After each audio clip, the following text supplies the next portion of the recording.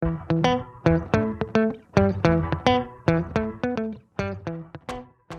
to Chalk Dust, the podcast that gives you a front row seat into some of the best classrooms in the world. I'm Dr. Nathaniel Swain. And I'm Rebecca Birch. And we're here live. I'm a teacher and instructional coach, and I've taught in primary classrooms across Melbourne. I'm working with schools nationwide on their school improvement. I'm an academic in residence at a girls' school in Sydney. I'm an English teacher and I'm currently looking at the links between explicit instruction, student wellbeing and behaviour. Nathaniel, how do you think Chalk Dust is a little bit different from other podcasts? Well, what I like about it, and I'm biased, is that you can see the things that the panelists are talking about and you can get real-time commentary on that footage. So I think what we're trying to really do is make what the conversations are about very concrete, very specific. So highly recommend having a look at the videos on YouTube as well as having a listen, getting both the audio and the visual at once. Today we're recording from the Centre for Independent Studies, where our special guest, Dr Carl Hendrick, has just given a talk with Simon Breakspear, talking about the situation in Australia with regard to the uptake of evidence-based instruction. And before we start this very special podcast, I'd like to acknowledge the traditional owners of the land that we're recording from today, the Gadigal people. Dr. Carl Hendrick is Professor of Education at Academica University of Applied Sciences, and he's co-authored many of my favourite books, including How Learning Happens and How Teaching Happens. He's an English teacher who's worked in a range of school settings, including some of the toughest classrooms in inner city London. Carl, welcome to Chalk Dust. Do you want to tell us a little bit more about yourself and your practice? Sure. So I work at a university where I'm focused on bridging the gap between research and practice and helping teachers to implement the science of learning. Great. So today we are going to look at a few different videos of practice. And the first one we're going to look at is Jeanette Breen, who works at Templestowe Heights Primary School. And she's going to be teaching the very beginning of a lesson, starting with a review and then looking at some sentence kernels. And we're going to watch a little bit about how she responds to something in the slides that's a little bit unexpected for her. And in case you're listening, the sentence or the part of a sentence that she's going to look at with her students and get their thoughts on is ma'am's return. And that will become clear once we start the clip. I want you to expand the following kernel. A little bit of a check for understanding here, because when I had a look at this, that's actually not the definition of a kernel. A kernel is usually a simple sentence. So I wonder if anyone else can pick up the problem with that kernel. Have a quick look. If I told you that a kernel should be a simple sentence, is that a simple sentence? No, because I think it's a fragment. It's a fragment. Okay, we know it's a fragment because I'm going to get you to turn and talk about this because this is actually not a sentence lesson, but we are going to talk about it because I want you to make sure that we understand exactly what we're going to do next with this kernel. If the definition is that it should be a simple sentence, way go, talk to your partner, listen out for the tick, tick, boom, go.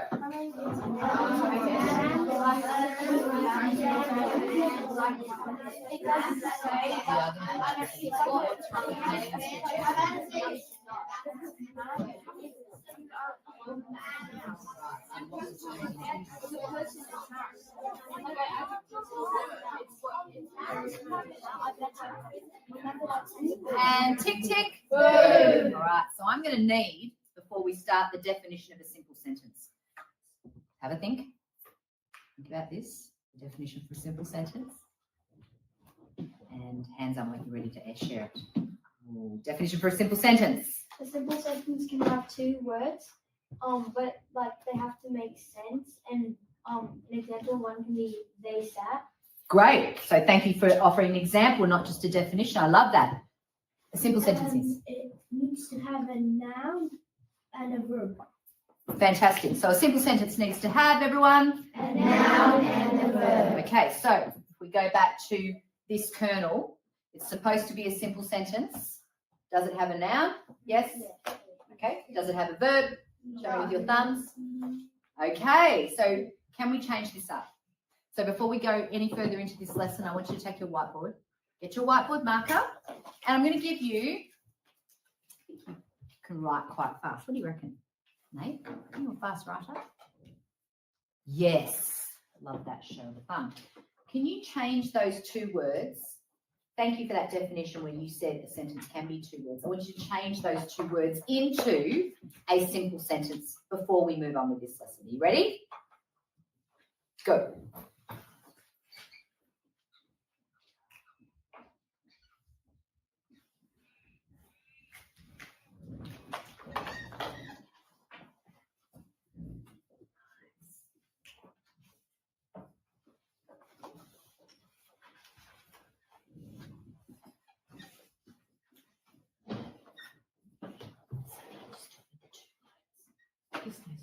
See if you can do that. See if you can just make it the 2 words. So remember we talked about the sentence could be 2 words. We just need to have subject and a verb. Which one's going to be? Have a look at your. See if that helps you with your ideas. Okay, and eyes to the front. Tick, tick. Okay, so I'm walking around and I can see several different thoughts about this. So have a look at what you've done. Make sure it's a accurate sentence, first of all, please. It should have a capital letter. Hands up if yours has a capital letter at the start. It should have end punctuation. Hand up if you also have end punctuation. Now, in order for it to be a sentence, we did say it must have a subject. Right, so what is the subject? Everyone, man, thank you. What would be the verb? Return. So what do we need to do with this? You were so close, sweetheart. What do we need to do with this? What letters did you change? Have a look at yours. Have a look over at your partners. What did you change? Hands up in the air as soon as you can articulate that. Yes. I added a suffix. Okay, what was it? Ed. ED. So what does your sentence read now? Ma'am returned. And you dropped the S. Well done. Okay, so why is that a simple sentence now? Because it has a subject, ma'am, and a verb, return. Great. And what was wrong with it before? Return is not a verb in this. I love that explanation. Well done. Okay, excellent. So we're going to go with that. So we're going to actually change. So, Carl, I don't know whether the writing revolution in the UK is very popular, but it's really one of the activities, one of the really core activities is grounded on this idea that there's a sentence kernel and it's a simple sentence that you basically make better. So what I can see here is that Jeanette's put this slide up. It's not what you would expect, and she's probably spent a lot of time really embedding this understanding that a kernel has to be a simple sentence. And so she's got this choice about whether she just ignores it and moves on and works with the activity, or whether she, addresses it and actually turns it into a teaching moment. And I think at the moment in Australia, there's this debate around how heavily teachers rely on slides and pre-prepared curriculum materials and how they might be wedded to whatever is on the slide and let that drive the teaching. So what are your observations here around what Jeanette's doing and how she's responded to the kind of thing that's actually in front of her versus the thing she wanted to be in front of her? I mean, the first thing I notice is that she's getting a lot of data. So she's, even within the first few minutes, she's checking for understanding, but she's doing it in multiple ways. Mm-hmm. So she's getting a kind of a 360 picture of what these students are picking up. And then you can see her responding to individual students just off camera there. She's just shaping the meaning for that student. Also, I think what I like there is obviously the thinking time built in. Mm-hmm. And, it's one of those things where we talk about checking for understanding and codifying different routines. And sitting on top of that is maybe a side observation, but there's just a really good atmosphere in the room. So she's really running the room in a way that I think is really effective, but excellent checking for understanding. And you can also tell that the students are very focused on what she wants them to focus on. Yeah. So some teachers, if they were presented with materials like this, they might just run with it and sort of pretend that the mistake isn't there or sort of skip over it in that way. Yeah. But what I like about what Jeanette's done here is that, whatever's thrown up, some unexpected occurrence in the classroom, whether it's a student's question that they didn't expect or something they thought that students had learned, but they needed actually some more retrieval or some more practice on, or in this case, an error with the slides, you can actually turn into a teaching moment. Yeah. And she's, that's the kind of thing I probably would have panicked over as an English teacher, because you're trying to model being exact about language. I think a lot of students, they understand things not so much by what they are, but also by what they're not. And that sort of example, non-example, which is such a key part of the direct instruction enterprise, she's kind of turned it into that. I think that's quite effective. So next up, we have Troy from Sophia College, and he's going to show us a little bit more on syntax, but within a secondary context now. And it's also a case where the teacher doesn't quite expect their students to perform in the way that they do. And it's interesting to see what the teacher does next. The first one, Harry Potter and the Philosopher's Stone. Thumbs up if you think it's a fragment. If I wrote Harry Potter and the Philosopher's Stone, put a full stop, is that a sentence? Yeah. No. Thumbs up if you think it's a part of a sentence or it's a fragment. Thumbs up if you think it's a complete sentence. That's perfectly fine to write in a sentence. Thumbs on the side if you don't really know. And it's fine if you don't know. Okay, so Harry Potter and the Philosopher's Stone, I'm going to do this one for you. It is in fact a fragment. So just pop an F there.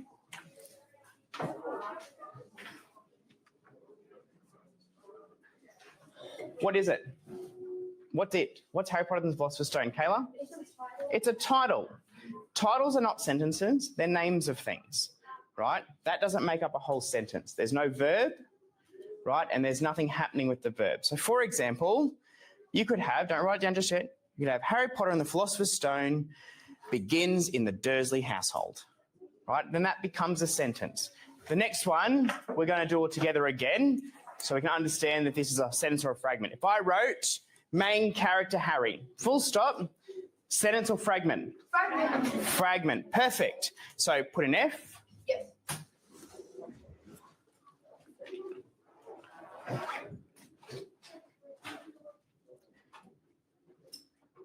What's a sentence that we could have that's going to, or how can we make that a complete sentence? Erin. The main character of Harry Potter and the Philosopher's Stone is Harry. Yes, we could have the main character in Harry Potter and the Philosopher's Stone is Harry. Jax. The main character, Harry, is very good at being a sneaker. Yes, okay, the main character, Harry, is very good at being a seeker. Kyson? The main character Harry is great at flying the broomstick. Yes, he's great at flying the broomstick. And let's have a look at this last one. If I wrote, realises a sense of villainy, thumbs up if you think it's a sentence. Thumbs up if you think it's a fragment. Perfect, good work, 7-3. It is in fact a fragment.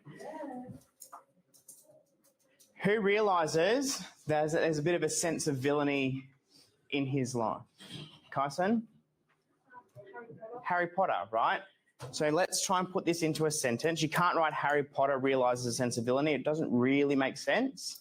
How could you adjust it, Kayla? Harry Potter eventually realises a sense of villainy. Perfect, excellent. Right, that's a great sentence, especially you using that word eventually, right, which is a great use of like a time word.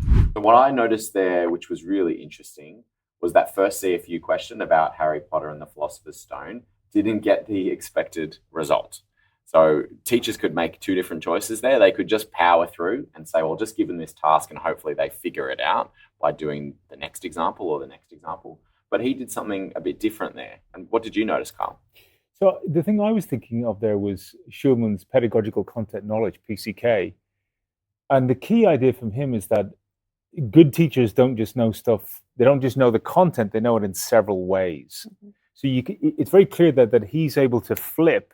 So he's expecting them to get it. They're not getting it. And he's able to pivot into something else. So he's got in his repertoire, he's got that other routine. Mm. Whereas, and I think, again, that's why expertise in teaching is so unique.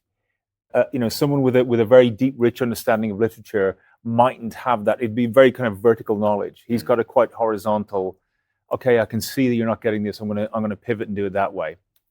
Feedback that we have from a lot of teachers who are using sentence level tasks or things inspired by the writing revolution is that teaching grammar is actually really hard. Yeah. And there is a lot of knowledge to it. Yeah. And sometimes students will stump you as to why can't you see this, or how can I best explain this? And I wonder, how much do you see as that importance of teachers really understanding what's behind the curtain rather than just knowing what's on the next slide? Most English teachers are literature teachers. They're not language teachers. So in the UK, you do a GCSE in language and then you do one in literature. But nearly all English teachers have studied novels and plays and poems. And then secondly, I think there's a thing with English where a lot of students feel that this is something that's creative and there's no right or wrong answer. This is not maths or science. This is something where, it's my opinion, therefore, it's a very subjective thing. So and also grammar was just not part of English teaching for, 40, 50 years. It took it out of the curriculum. Yeah. And so now there's a much more focus on the explicit parts and elements of the sentence. And like you say, it's a lot more difficult. This is a junior class as well. And one of the things we hear in secondary is, why didn't the primary school teachers teach this? And I've been into, for example, I teach year 7 and I've been into our junior school and I know they are teaching that. And they come to me and they've suddenly forgotten. Right. So did you want to comment on just how much repetition students need to really embed these skills?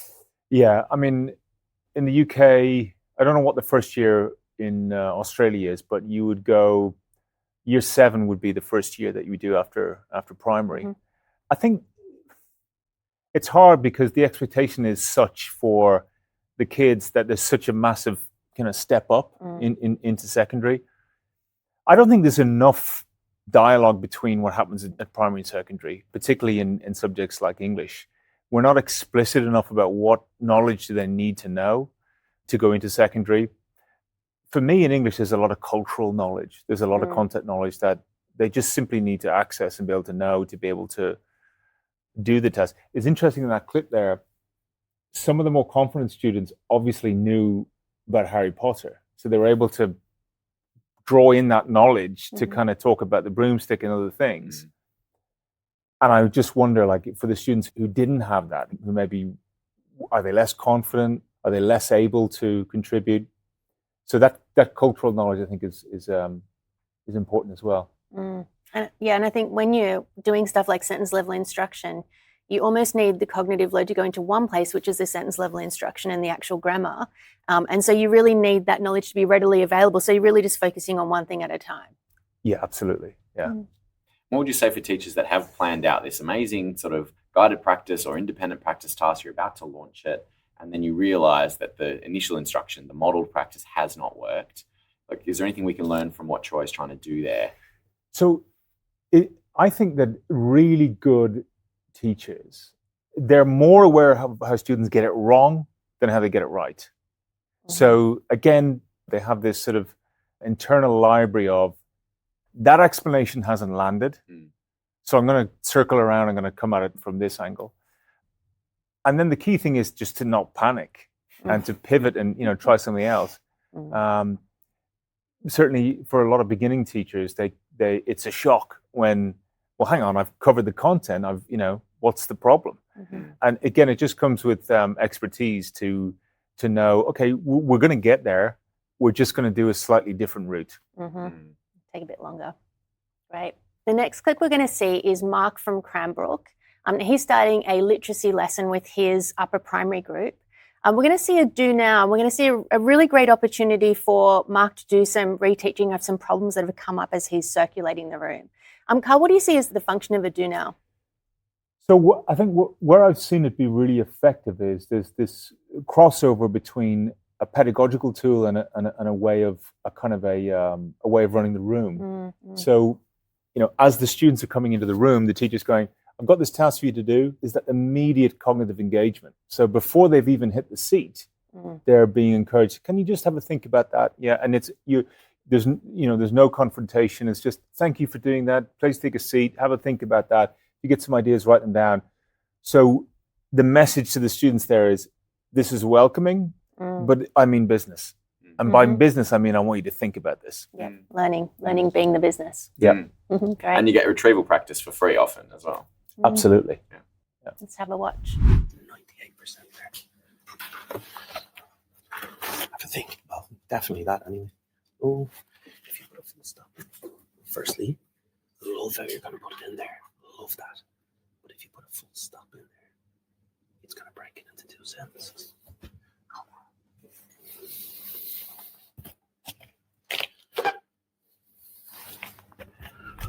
What are you noticing there, Carl? I've always thought of do nows as like a sort of silent thing. Often in practice, they end up not being a completely silent thing. Yeah. What do you think? I think that the first of all, there's obviously a great culture in the room, and the fact that he's doing this little fist bump there. I've seen a lot of, I've thought a lot about this, and retrieval practice is one of those things that I thought, how wrong can you get it? Like it's really basic. It's pretty straightforward. But I've seen a number of lessons where, if the purpose is to get kids to bring to mind previous learning, to retrieve information, it's not happening. Mm-hmm. And it on the surface, it has all the hallmarks of what you want. But then you happen to kind of see what the kids are writing, or you see what they're thinking, and you realize actually the big change in the lesson, in the do now, would be if he'd actually gone around and tended to the kids. Mm. Because I've seen lessons where it looks like that, but you look at the back half of the room, and they're not writing anything down. Mm. Or what they're writing down is the learning objective.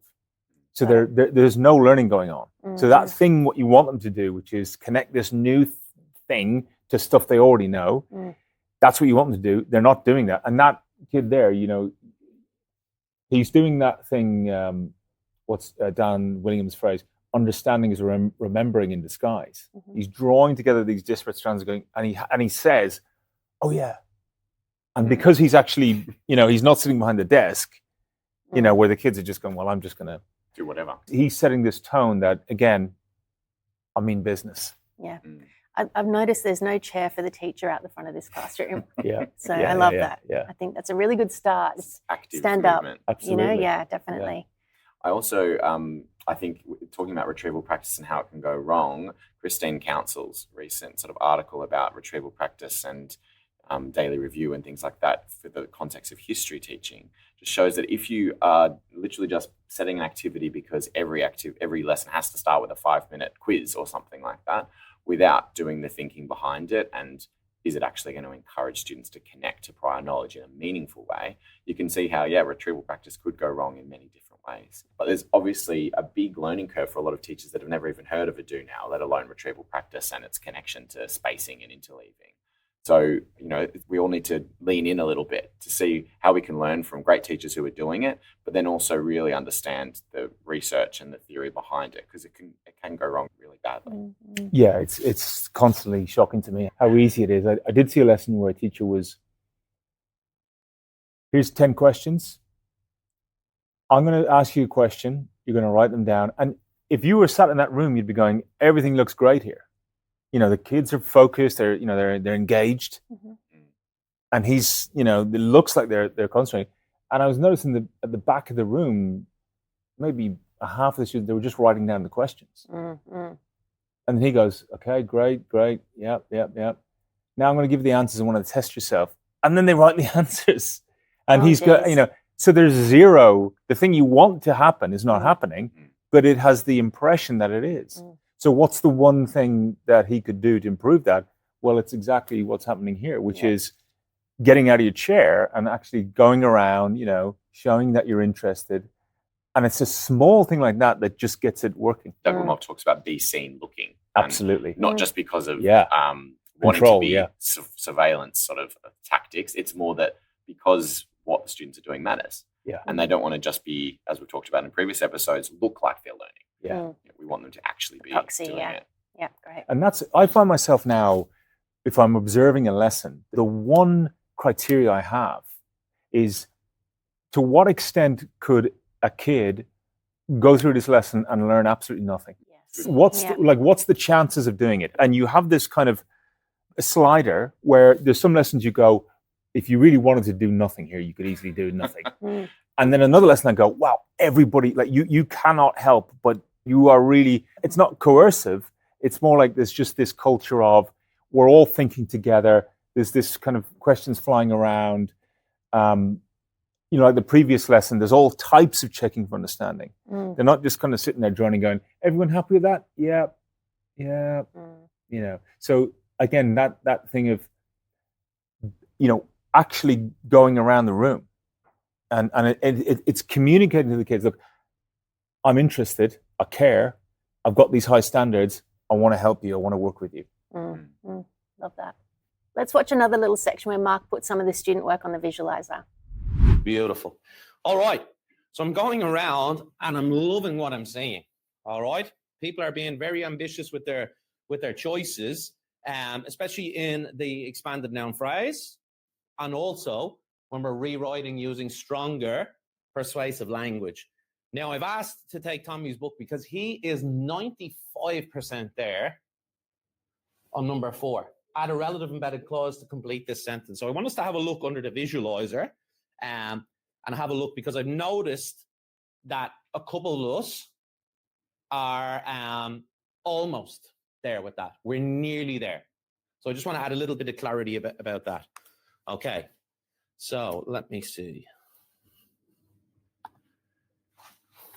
All right. So first things first. I have Tom's sentence here. Let me just play with that. So okay, is that in better focus now? Yeah. All right. Okay. So can I have Gus to read out this sentence for me, please? The student who are excited about the new sports area. All right. So a couple of things I want to, I guess, highlight there and shout out. Firstly, comma after students is exactly what we need. All right. Because the embedded clause is going to add extra information about the students. I didn't just ask for any embedded clause. I asked for a relative embedded clause. And Tom has done a really good job here of picking a relative pronoun, who. So what did you have? I think firstly you had which. Yeah. And that's often a misconception we see with relative pronouns. Which we use for animals and other things, but for humans, we use who. All right? So the students who, that is a great start, a really strong start. So the students who are excited about the new sports area. So let's leave the first bit. The students who. All right, and now let's flick back to the rest of this. Okay. Are excited about the new sports area.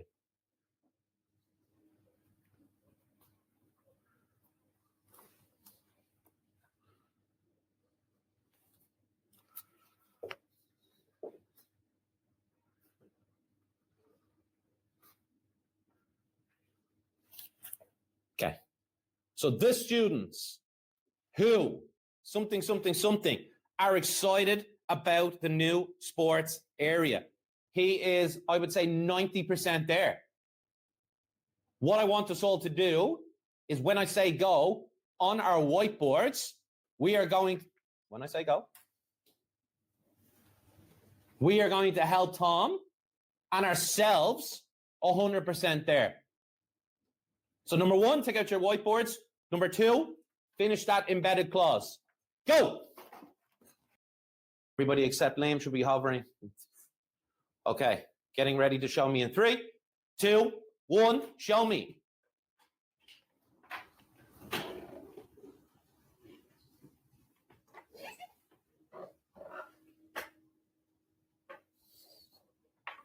The students who love sport are excited about the new sports area. The students who are passionate about sport are excited about the new sports area. I love that ambitious vocabulary. The students who are athletic are excited about the new sports area. The students who exercise a lot are excited about the new sports area. The students who enjoy sport are excited about the new sports area. All right. The students I'm going to go for who love being outdoors, my comma, are excited about the new sports area. All right. So what I'm going to do is I'm going to give you a minute and a half to go back to your one after doing that, and we're going to redraft. And what I'm looking for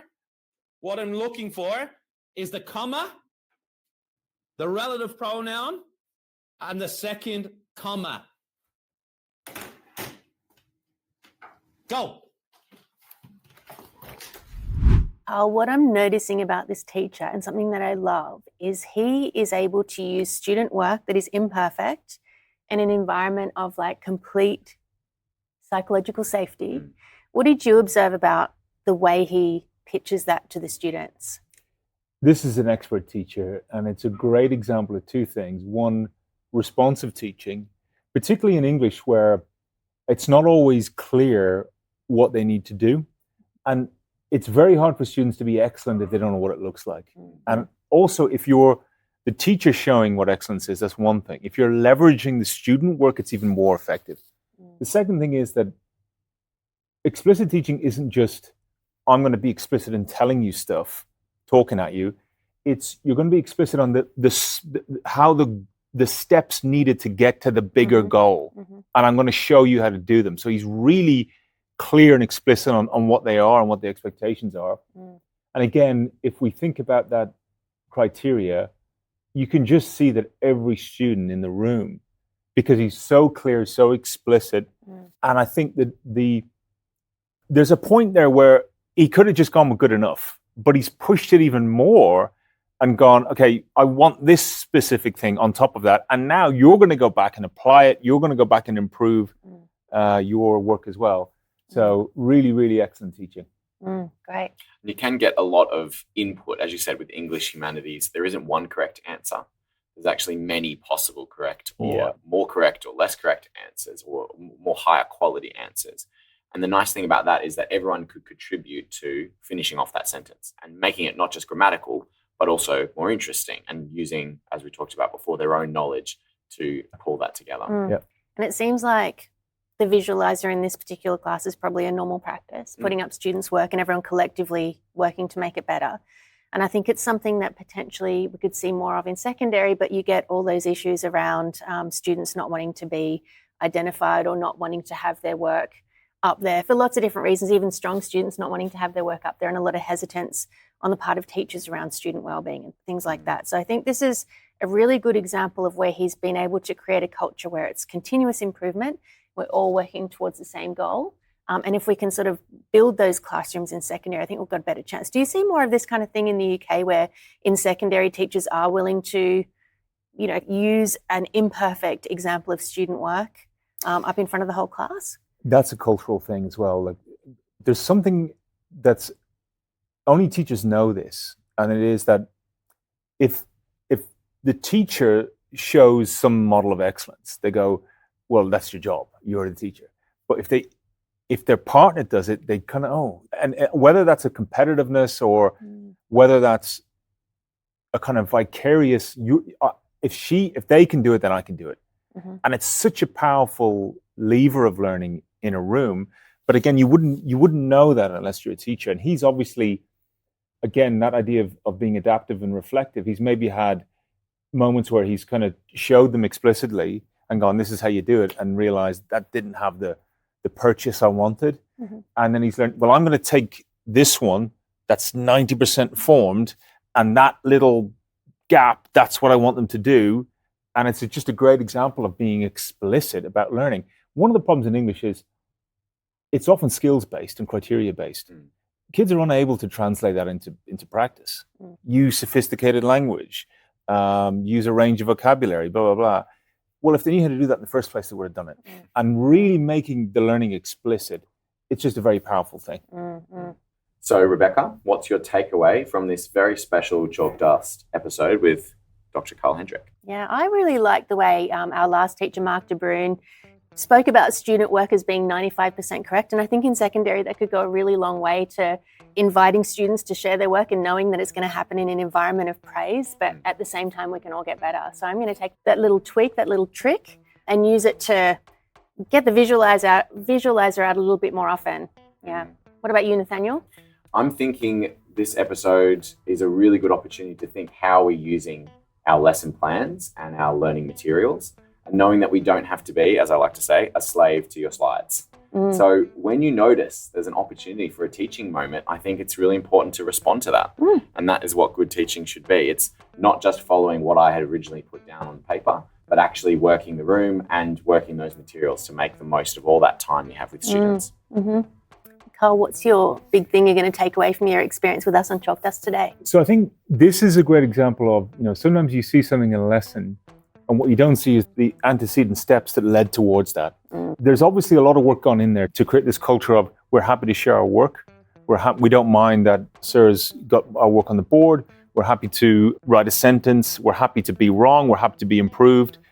And like you said, with the 95% thing, he's modeling how to close that gap. I wonder, what were the steps that led him? And often we see, particularly younger teachers, they look at a lesson like that that's fairly complete, but the thing that makes that lesson great isn't the thing in the lesson. Yes. It's the thing that happened 10 lessons ago. And I wonder that, I don't know if we talk about that so much, because if you copy what he's doing, it mightn't work if you're a novice. You want to go back before, how did you encourage that culture? Because sometimes you go into other lessons and, no, I don't want to share.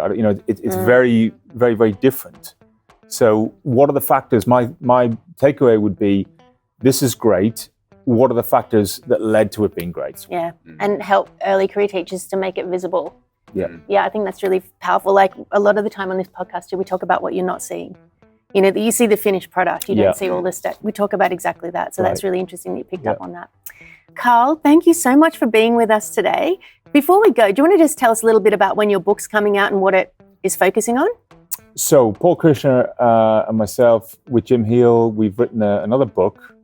So we wrote two books, one called How Learning Happens, one called How Teaching Happens. And those books were an attempt to think about what's the greatest hits in education research, mainly cognitive psychology, and how can teachers use them. At the end of that, I said to Paul, if there's one takeaway from these two books, it's this idea that learning is counterintuitive. And like we just saw there, sometimes the thing that you're seeing is not the thing you're seeing, it's the thing 10 lessons ago. So we were talking about this, and then he just said, oh, let's write a book. And so we said, what if we just came up with 10 things that are illusory about learning? So things like the engagement illusion, which is something that most new teachers, engagement is a poor indicator of long-term learning. There's a lot of stuff. I mean, almost every chapter could have been about desirable difficulties. And actually, Robert Bjork ended up writing the foreword for the book. But we really wanted to sort of illuminate all those illusory things about learning and instruction, and how very often we're kind of beguiled into thinking, well, if this is how learning happens, so then we should do instruction this way. But the paradox is that often you need to do the opposite of what you think you should do to get a particular outcome. So it's an attempt to think through that, and it'll be out in August. Great. Well, we can't wait. And thank you so much for being with us today. And thank you everyone for contributing. Thanks to the teachers who featured their clips today, and a big call out again to anyone who's looking to showcase your practice, to get feedback on your practice. We are very supportive and also really interested in the work that you're doing. And it is a way of getting a quick look into some of those amazing classrooms around the world. So thank you, everyone. See you next time.